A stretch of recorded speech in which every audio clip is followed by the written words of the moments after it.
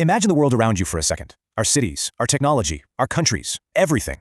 Now what if I told you all of it could have been completely different, almost unrecognizable, and all because one of history's worst disasters was just a little bit worse? Okay, let's just dive right into this crazy scenario. We all know the Black Death was this immense, world-changing event. But what if it didn't just change the world? What if it effectively erased a huge part of it and sent human history down a totally different path? You have to understand, for the people who actually lived through it, this really did feel like the end of the world. It was a horrifying, brutal plague. It didn't just kill you, it seemed designed to break your spirit before you died. It's no wonder people felt totally abandoned. So in our actual timeline, the numbers are already just mind-boggling. The plague wiped out somewhere between a third and maybe even two-thirds of the entire population of Europe. That alone is a level of death that's hard to even comprehend. And that's our starting point. But now, this is where our story truly begins. What if we crank that number way, way up? Forget half the population. Imagine a version of the plague so vicious, it kills 9 out of every 10 people. 90%. This single change is the tipping point, where our world fades away and a new one is born. So, what's the immediate result of a loss that catastrophic? Well, it's not some heroic story of rebuilding, it's just collapse. The complete and utter disintegration of an entire continent's civilization. I mean, think about it logically. If 90% of the people are gone, who's left to do, well, anything? Who farms the food? Who maintains the roads? Who runs the governments? Society doesn't just get weaker, it effectively ceases to exist. You're left with a vast, empty space where kingdoms used to be. And this would happen shockingly fast. The first year is just horror, the great dying. But only 5 years later, entire cities are basically ghost towns. By year 20, not even a single generation. The basic infrastructure is literally crumbling, and priceless knowledge is already being lost forever. And look, this isn't just a wild guess. We know from historical accounts of the real Black Death that society was pushed to its absolute limit. In a world where 90% die, those limits aren't just pushed, they're shattered. It would be a descent into a true, deep, dark age.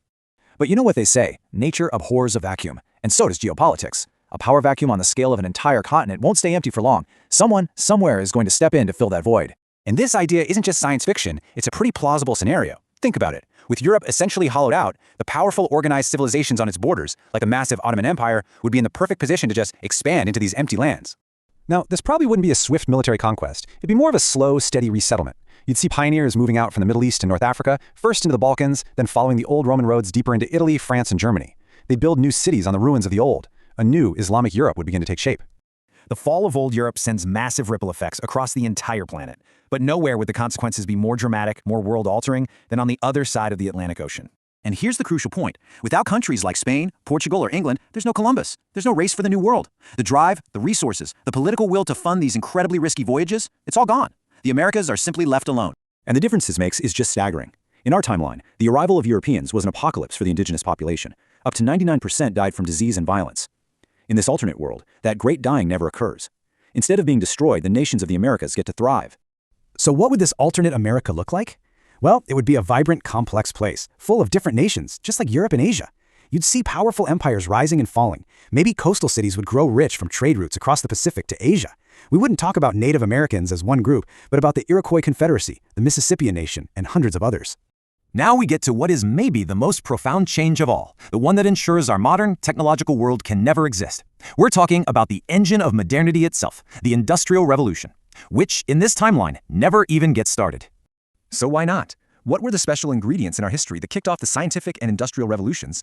And more importantly, why are all of those key ingredients missing in this new world? Well, it really boils down to 3 key things. First, without a shattered Christian church, you never get the Protestant Reformation, which was a massive engine for literacy and early capitalism. Second, you never get that enormous flood of wealth and resources from the Americas to fuel economic booms. And third, that constant, vicious, cutthroat competition between all the little European kingdoms, it's gone, replaced by one large, stable empire. And without that unique, chaotic cocktail of pressures, the spark of industrialization just never catches fire. The world basically stays agrarian. Everything is powered by muscle or wind or water. There are no steam engines, no electricity, no computers. Our modern world simply isn't born. So, when you put all these pieces together, what does this alternate world we've created actually look like? The honest answer is, it looks nothing like our own. Our world was forged by European expansion and industrial power. This alternate world is shaped by completely different forces. It's a world of major regional powers, great Islamic empires in Europe, powerful indigenous nations in the Americas, major dynasties in China. But it's not a globalized high-tech world. And it really makes you wonder, doesn't it? Our own reality feels so solid, so inevitable. But maybe it's actually incredibly fragile. Maybe our whole world is just a historical accident, built on the ghost of a plague that, thankfully for our ancestors, just wasn't quite deadly enough.